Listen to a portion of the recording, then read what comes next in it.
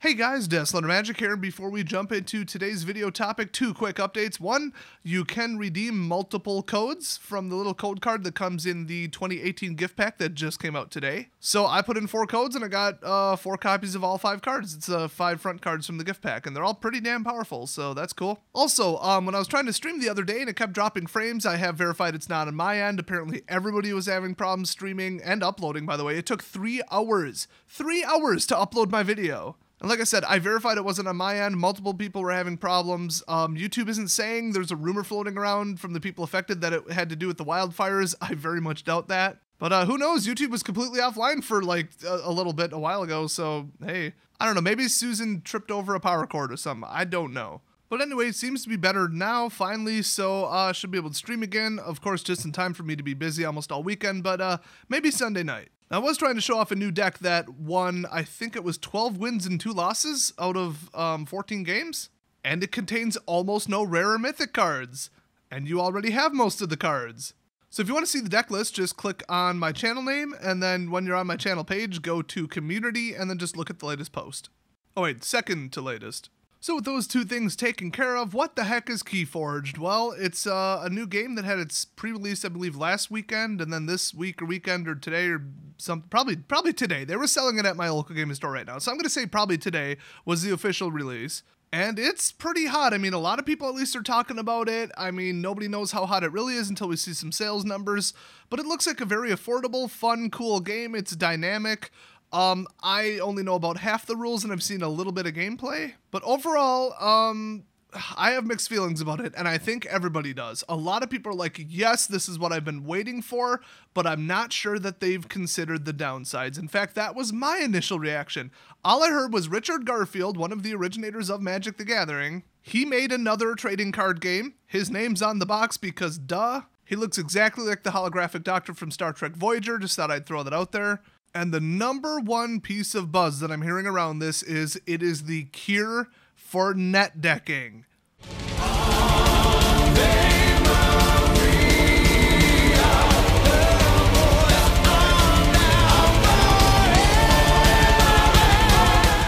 So obviously I'd be into that, but, well, you know the old Thanos meme, what did it cost? Everything.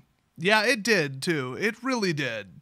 The only thing I hate more than net decking is how much I love deck building. Well, you can't have your cake and eat it too, although what else are you going to do with cake? That saying is incredibly stupid. In fact, if I have cake and somebody tries to eat it before I can, they're getting stabbed.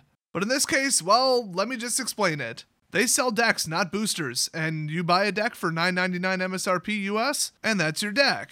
You cannot change it, and by you cannot change it, I mean that is verifiable and enforceable. There is unique, I guess not 3-word, but like 3-phrase name of the deck. And every card says it on at least the back and I think also the front. So if you basically cheated and swapped in cards from another deck or tried to swap something out or upgrade the deck or, anything like that, your opponent is going to immediately notice it because it's going to have a different code on it, I guess. Also, the deck list is verifiable with a QR code, and you have to register your deck with the smartphone app in order to play it at a competitive event.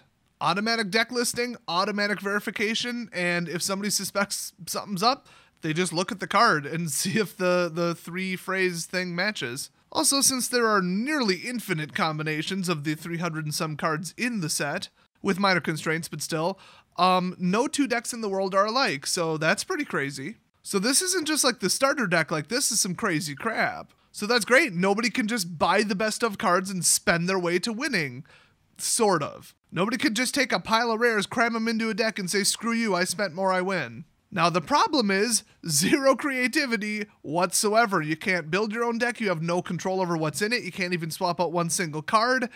And that kind of sucks, but it sort of guarantees a level playing field within reason, except that the decks vary in power. So here's where it goes from absolutely wonderful, perfect, flawless idea, cheaper way to play a game like Magic, absolutely perfect solution to, oh crap. This is loot boxes in card form. Oh, so you play with your friends all the time or play, every week at a recurring event or whatever? If somebody opens like a hyper good, powerful, synergistic, just reliable, consistent deck that can beat you the majority of the time, Let's see, what are your options? You could make your deck slightly better, except, oh wait, you can't. You have to buy another deck. Well, since you buy them completely blind, you just get to pull the slot machine lever again, see what you get, and maybe your second deck that you buy will be even worse, or maybe it'll be even better. But then your friend will just, buy 10 more decks and find the best one out of that, and then they'll play that instead. So in casual, this is cheap, it's cool, it's fair, I love it. There's, it takes out like the math and the having to really know what you're doing when it comes to like building like a Magic the Gathering deck. But oh my gosh, would the competitive scene be a joke? So you know how I said with Magic, you can just go buy $300-400 worth of singles, put together the best deck in the world, and then stomp everybody at your local? What's to stop you from going on eBay and buying up a deck where somebody shows you the whole deck list? It's verifiable, it's together, it's not modified. It's really good, and instead of $10, they're selling it for like $100. And you look at the deck list and you're like, wow, what a lucky pull. Now, the only question is, how reasonable is it that that would happen? Because I don't think that the number of hyper-powerful rares varies that heavily. It's not like you'd open a deck and have like 30 rares in it. I think it might even be the same number between every deck. Well, there's also, I think, like 7 houses and your deck is automatically 3 of them. But what if you get 3 houses that work together perfectly and you get most of the best of cards from them and then some really good rares on top of it? That deck would be virtually unbeatable. So then you buy it, beat everybody with it, and then there you go.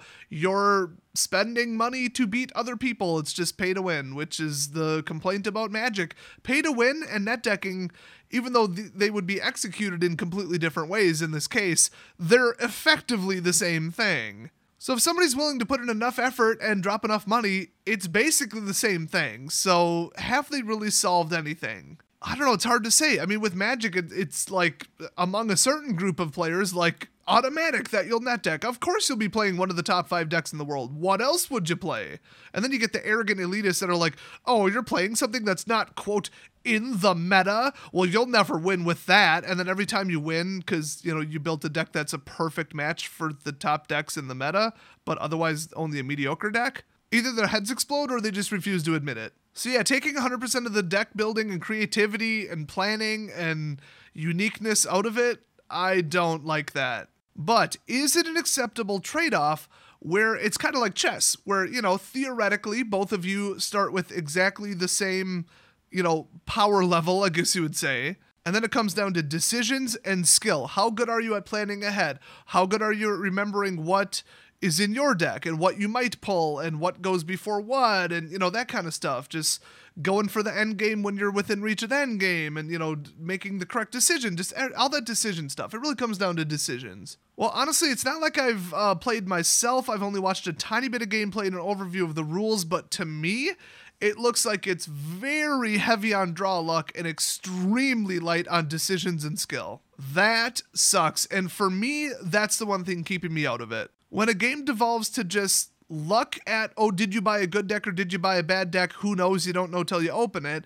And then also luck of the draw. It's just all luck. Well, if it's all luck, who cares? If I wanted to play an all luck game, I'd go play an existing one. TCGs are for planning and intelligence and skill and, tactics. To me, it looks like most of that went out the window, but I was watching a battle with the starter decks or whatever where you learn to play, so maybe they kind of kept them real simplistic on purpose, so I could be wrong. If this is very, very, very decision-heavy and skill-heavy, I think that would be a redeemable factor to the point where I might check it out. Otherwise, I just don't have an answer for you when it comes to, is it worth it to eliminate net decking from the game to set up this where you can't have any creativity or any changes to your deck whatsoever? I'd honestly lean towards no.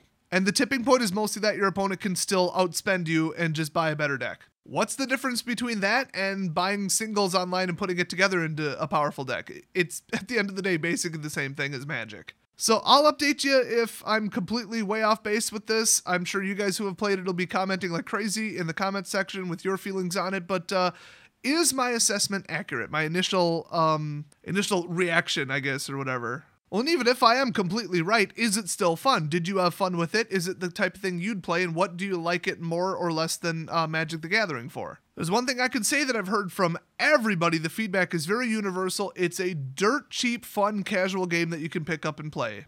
But it's still complex enough to not feel like, some dumb kid's game. It's more Monopoly as opposed to like Chutes and Ladders or Candyland. I do believe Candyland is 100% luck. And yeah, that's not really my speed. So that's my quick overview of it. It's kind of the blind leading the blind, but a lot of people, and I mean a lot, have been asking me, hey, what do you think about it? What's your first impression? Are you going to play it? Do you like it? Do you not? Mostly because of the anti-net decking context. Oh, sorry guys, but I'm leaning towards no. Even with the fact that you decide on which house at the beginning of every turn to activate, and there's a lot of skill and planning there, it seemed pretty obvious to me which one to go for. But the mechanics seem fun, the gameplay seemed fun, it seemed, maybe a little bit faster than Magic, a tiny bit more simplistic right now, but in a good way. So I'm not saying it's terrible, it's just, I really want to be able to modify my decks. But just think about it, if I was able to modify the deck, well then let's all net deck again, and everybody would just build the perfect mathematical deck. Can't have it both ways, I guess.